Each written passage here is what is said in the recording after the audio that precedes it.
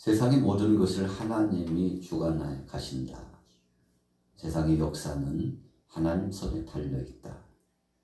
심지어 전쟁까지도 하나님이 주도적으로 그 모든 것들을 이끄시고 결론을 내신다는 것이죠. 어찌 보면 좀 이해 불가한 내용일 수도 있습니다. 적어도 우리 인간적인 관점으로 보고 세상의 관점으로 보면 그렇습니다. 그러나 오늘 본문 말씀에 의해서 하나님 말씀 중심으로 신본주의적인 하나님의 섭리 안에서 보면 이해 못할 것이 없죠. 왜 그런가요?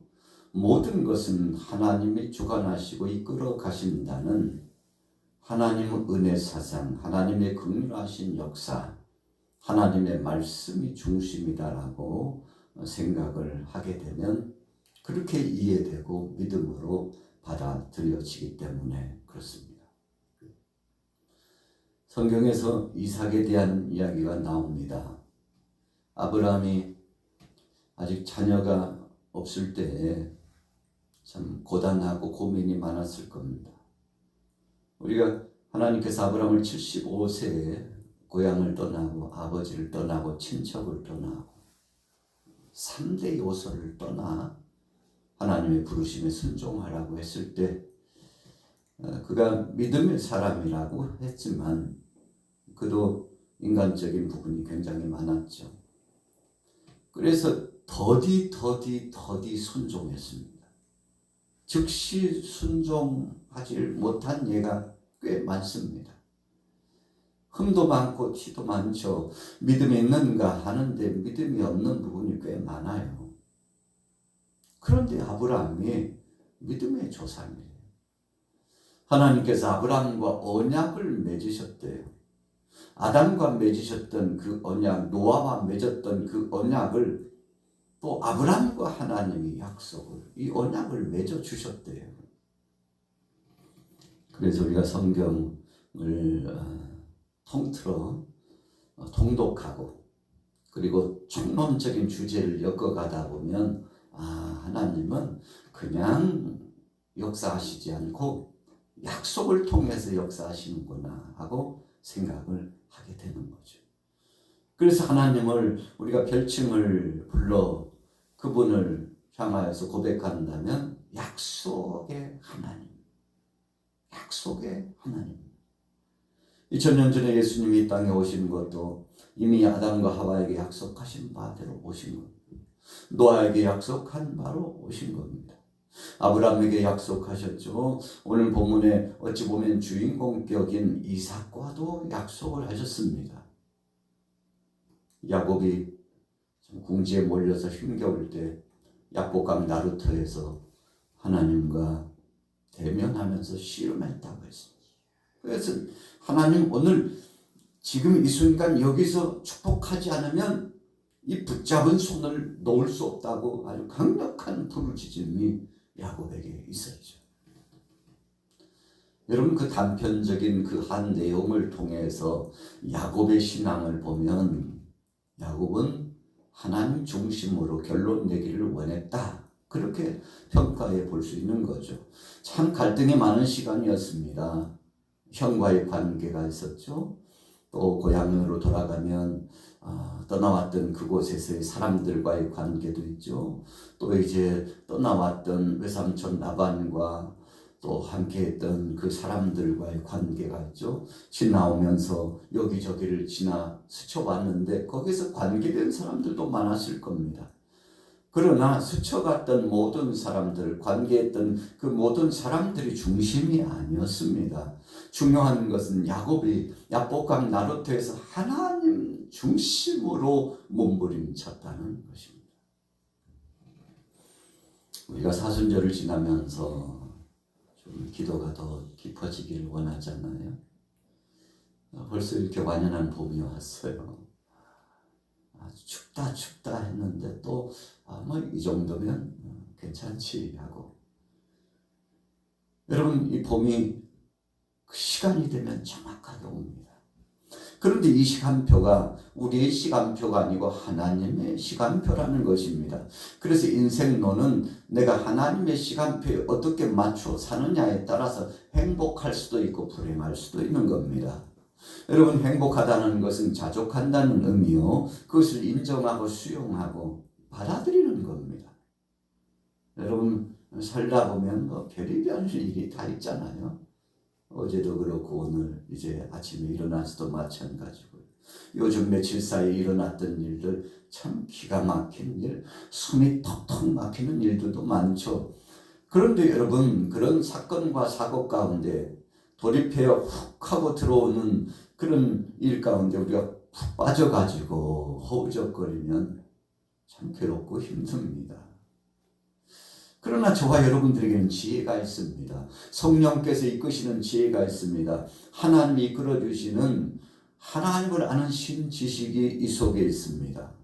그래서요, 아주 지혜롭게 결단하게 되죠. 내려놓자. 하나님께 맡기고 내려놓자.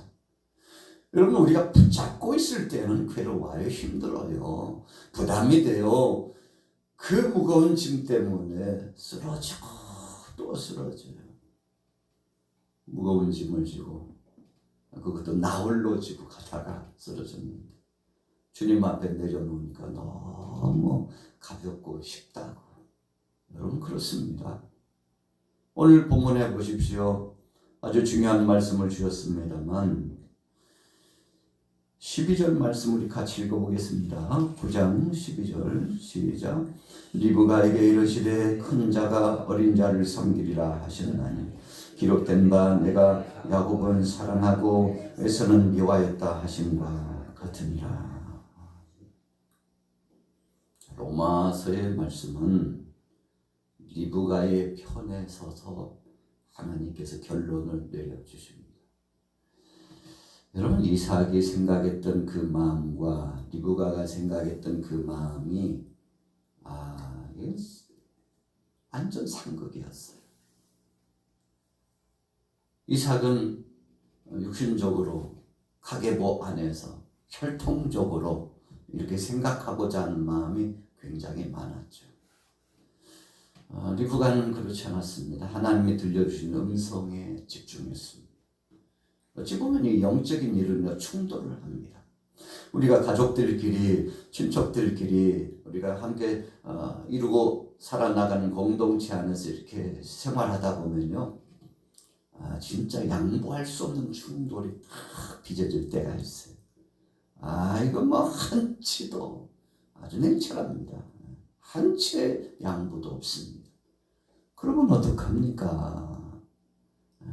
뭔가 화합을 이루고 서로 양보하고 조금씩 내려놓고 그래야만이 소통이 이루어지고 일이 해결되는데 한치의 양보도 없으면 어떡하는 겁니까? 불꽃입니다. 여러분, 이삭과 리브가의 관계가 그랬습니다. 어찌 보면 우리가 영적인 일은 양보할 수 없는 아주 중요한 무대에 서게 됩니다. 그런데 결론은 무엇으로 나는 겁니까? 하나님이 뭐라고 말씀하셨나? 라는 걸로 결론이 나는 겁니다. 어찌 보면 이삭이 졌죠. 리브가의 생각이 맞았습니다. 적어도 오늘 본문 말씀의 관점으로 보면 그렇습니다. 여러분, 그래서 하나님이 뭐라고 말씀하셨는지 하나님께서 에서와 야곱을 출생케 하시는 그 대목에서 분명히 말씀해 주셨거든요. 야곱을 통해서 하나님의 하실 일 말씀해 주셨거든요. 그래서 걱정하지 말고 하나님이 하시는 대로, 하나님이 이끌어 가시는 대로 그냥 맡기고 가면 때를 기다리면 되는 것이었습니다. 우리가 전체적인 의미로 돌이켜보면 이삭도 리브가도 잘한 것도 있지만 잘못한 것도 있습니다. 그러나 최종적인 결론과 심판은 하나님이 하셨죠. 어떻게 하셨나요? 약속하신 대로 그대로 이루어졌습니다. 여러분, 그래서 가족 공동체가 하나 되기 위해서는 이삭도 리브가도 에서도 야곱도 하나님 말씀에 귀를 기울였어야 됩니다. 형님, 하나님이 뭐라고 말씀하셨는지요. 동생, 하나님이 뭐라고 말씀하셨는지 우리가 집중하자. 여보, 주님이 뭐라고 말씀하셨는지 성경으로 돌아갑시다. 이렇게 했으면요, 얼마나 좋았을까. 성경의 결론은, 하나님의 말씀의 결론은 그렇게 결론하고 있습니다. 하나님께서 뭐라고 약속하셨는지 그 본질적인 문제를 가지고 이제는 회복되어라. 회복이라는 것은요, 제자리로 돌아가라. 주님의 음성을 들었을 때, 주님의 약속의 말씀을 받았을 때 그 자리로 돌아가라는 뜻이 회복이거든요. 우리가 몸부림치면서 기도하고 하나님 앞에 나와서 이 모양 저 모양 정말 절규하듯이 소원하는 이유가 뭡니까? 한 가지예요. 하나님, 회복하여 주옵소서. 우리 몸의 컨디션이 안 좋고 정신적으로, 육체적으로, 영적으로 안 좋으면 일상의 생활 리듬이 확 무너집니다. 리듬이 무너지면요, 위험합니다. 우리가 아침에 일어나서 걷는 시간이 첫 발을 내디딜 때 허리 리듬이 깨지는 거죠. 이거 이게 이렇게 정강이가 아프고 무릎이 아프고 목이 이렇게 빡났지. 여러분, 육체만 신호를 보내는 거 아닙니다. 정신적으로도 신호를 보내요. 그냥 꿈자리가 그냥 그렇게 사납고 힘들더니 오늘 하루가 불편하려나 봐. 별별 생각이 다 나죠. 영적으로는 어떻습니까? 성령께서 우리에게 조명하시고 말씀하신 그 음성이 분명히 있습니다. 여러분, 그래서 오늘 아침처럼 여러분들을 깨워주신 분이 나라고 아니에요. 성령님께서 깨워주시는 겁니다. 아슬아슬한 순간에 성령님이 내지하시고 우리를 관여해 주십니다. 그것이 참 은혜죠. 여러분, 그래서 하루 일상을 살아가면서 한순간 한순간 하나님의 은혜라는 사실을 우리가 저버릴 수 없는 거죠. 그래서 우리는 하나님 앞에 기도합니다. 주님, 일어나다 보니까 몸의 균형이 좌측으로 기울었네요. 하나님, 정신적으로 굉장히 혼란스럽습니다. 주님, 영적으로 아직도 준비된 줄로 알았는데 부족함이 많은데 그것도 은혜이오니 오늘 주님께서 모든 일상을, 육체도 정신도 영혼도 균형 잡힌 삶이 될 수 있도록 역사해달라고 마음을 다잡고 하나님 앞에 감사하며 이런 생각이 들죠. 저는 좀 부족하고 불편하기는 하지만 살만합니다. 출발하고 새로 시작할 만합니다. 하나님 함께하여 주시옵소서. 여러분, 그러니까 감사로 시작하면 버릴 것이 없다고 그러잖아요. 자, 본문으로 돌아가 보세요. 우리의 힘과 능력이 아니라고 분명히 말씀합니다. 자, 14절 읽어볼게요. 14절 시작. 그런즉 우리가 무슨 말을 하리요? 하나님께 불의가 있느냐? 그럴 수 없느니라. 모세에게 이르시되 내가 긍휼히 여길 자를 긍휼히 여기고 불쌍히 여길 자를 불쌍히 여기려 하셨으니 그런즉 원하는 자로 말미암음도 아니요 다른 박질하는 자로 말미암음도 아니요 오직 긍휼히 여기시는 하나님으로 말미암음이니라. 오늘 로마서의 결론은요, 하나님의 긍휼하심입니다. 진짜 자격 없는데요. 못돼도 이렇게 못된 그 주인공이 누굽니까? 저죠. 여러분들입니다. 아니, 뒷집에 있는 오집사. 저기 저쪽에 있는 그 사람이라니까. 아니에요. 바로 접니다. 우리입니다. 여러분, 그래서 은혜는요, 바로 나라고 생각하고 우리라고 생각했을 때 시작되는 겁니다. 오늘 하나님께서 말씀하셨죠. 뭐라고 말씀해 주셨습니까? 16절에 그런즉 원하는 자로 말미암음도 아니요 다른 박질하는 자로 말미암음도 아니다. 내가 원한다고 되는 거 아니고 힘써 애쓴다고 되는 것이 아니라는 겁니다. 여러분, 그렇다고 해서 노력하지 않고 땀 흘리지 말라는 것이 아닙니다. 최선을 다할 것은 다하되 최후의 결론은 하나님이 결론 내려주옵소서. 주님께 맡기는 겁니다. 여러분, 그래서 현명한 현자, 지혜로운 지혜자는 다른 데 있는 게 아닙니다. 내가 그렇게 열심히 밭갈이도 하고 김도 메고 사력을 다하여서 수고하였으되 그런데 마지막 결론을 하나님이 하셨죠. 제가 뭐 한 게 있나요? 주님이 다 해주셨죠. 주님이 이제 이 상황에서는 어떻게 해야 되나요? 마지막 마무리를 주님께서 마침표 하나는 좀 꼭 주님이 찍어주세요 하고 결론을요. 여러분 우리가 국어를 공부하다 보면 그까짓 게 점이 하나가 뭐 중요하다고, 컴마 하나가 뭘 그렇게 중요하다고, 느낌표 하나 물음표 하나가 뭘 중요하다고, 다음표가 뭐 이렇게 중요해.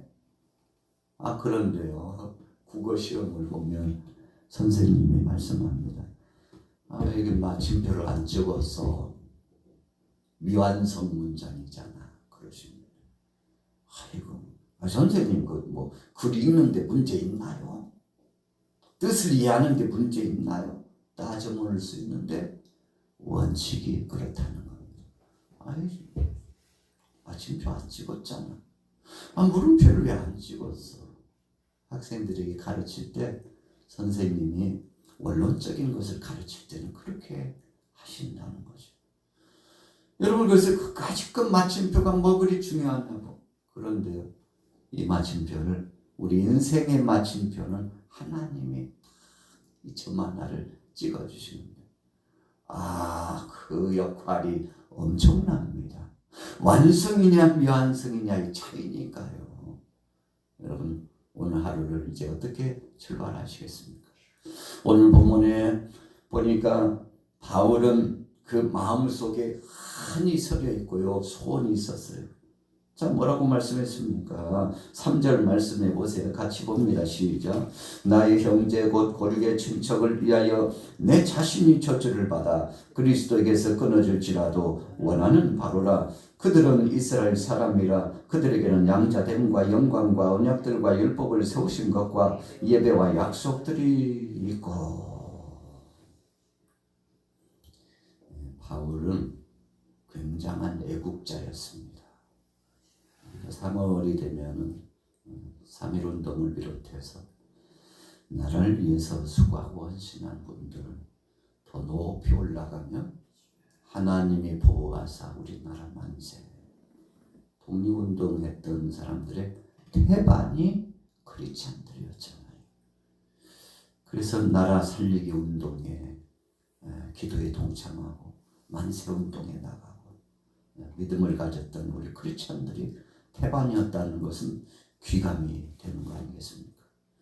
근데 바울 서신을 읽어보면 바울은 대단한 애국자였습니다. 그래서 내가 하나님 앞에 모세하고 아주 흡사해요. 내가 죽는 한이 있고 내 귀한 것이 제외된 한이 있어도 내 친척과 내 동포가 살 수만 있다면 다 내려놓고 버리겠다고. 이런 사람 드뭅니다. 바울이 그랬어요. 그래서 그가 이방인의 사도로 부름받았지만 마음은요 이방인 지역에 가가지고 엄청난 선교를 하고 목회를 했지만 마음은 다 예루살렘에 있었어요. 오늘 본문이 중요하잖아요. 고륙의 친척을 위하여 내 자신이 저주를 받아 그리스도에게 끊어질지라. 이거에 구원 못 받는다는 거잖아요. 모세가 하나님 생명책에서 내 이름을 지워 주옵소서. 그렇게 해서라도 이 백성들이 살 수만 있다면 그렇게 해주세요. 진짜 그렇게 되길 바랬을까요? 저는 아니라고 생각합니다. 그러면 왜 그렇게 강조했을까요? 하나님의 긍휼하심을 원한 겁니다. 하나님 이 백성들이 살 자격 없고 용서받을 자격 없다는 거 압니다. 바울도 마찬가지였어요. 하나님 주님 앞에 맏아들처럼 부름받은 이들이 더 범죄하고 예수를 십자가에 못 박았나이다. 다른 사람이 아니고 우리가 그랬습니다. 제가 그랬습니다. 그러나 하나님 불쌍히 여겨 주옵소서. 저들을 살려 주옵소서. 이 민족을 버리지 마옵소서. 여러분 그것이 오늘 본문 말씀의 결론입니다. 오늘 하루도요 우리는 그렇게 기도해야 됩니다. 하나님 우리 남편, 우리 아내, 우리 자녀들, 우리 친척들 하나님이 나라의 민족과 전 세계 모든 족속을 불쌍히 여겨 주옵소서. 하나님 긍휼히 여겨 주옵소서. 여러분, 그래서 하나님의 약속의 결론은 긍휼입니다. 불쌍히 여김입니다. 그래서 오늘 본문에요, 특이점이 17절이에요. 17절 읽습니다. 시작. 성경이 바로에게 이르시되 내가 이를 위하여 너를 세웠으니 곧 너로 말미암아 내 능력을 보이고 내 이름이 온 땅에 전파되게 하려 함이라 하셨으니. 바로를 누가 세웠다고요? 하나님이 세웠대요. 모세를 급파해가지고 바로를 향하여서 말씀을 전하고 결국은 바로 이방 신의 중심 무대의 수정급이잖아요.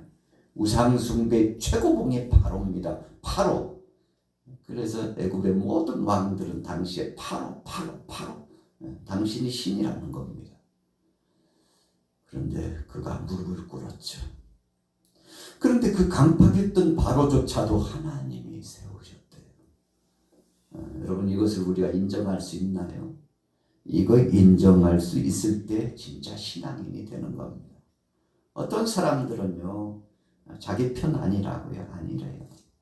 자기 말 따르지 않고 용납되지 않는다고 아니래요. 아닙니다. 우리 생각과 우리 뜻이 아니에요. 하나님이 어떻게 생각하시는지가 중요한 겁니다. 저나 여러분들이나 참 자격 없는 자인데 하나님의 긍휼하심으로 18절에 그랬잖아요. 하나님께서 하고자 하시는 자를 긍휼히 여기신다. 하나님이 된다는데 우리가 안 된다면 안 되잖아요. 그것은 성령 회방죄입니다. 다른 죄는 다 용서받되 성령 회방죄는 용서받지 못한다고 했는데 다른 것이 아니고요. 하나님의 섭리를 부정하는 것이 성령 회방죄. 큰일 날 일이죠. 여러분, 그래서 복음은요, 생각 밖의 역사입니다. 요나가 하나님 말씀에 불순종하고요. 쌍수를 건들면서 안 된다고. 하나님 다 돼도 니네는 안 된다고. 거역하고 다시스로 가서 결과가 어떻게 됐나요? 요나 한 사람 때문에 배가요 깨지기 직전까지 갔죠.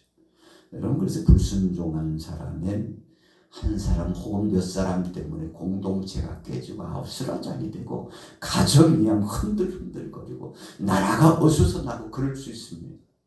그러나 하나님의 긍휼하심의 역사를 그 시각으로 보면 그때 회복이고 그때 비로소 영광이고 그때 비로소 놀라운 기적을 체험하는데, 오늘 하루 동안 이런 기적을 체험하게 되기를 예수님의 이름으로 축원합니다.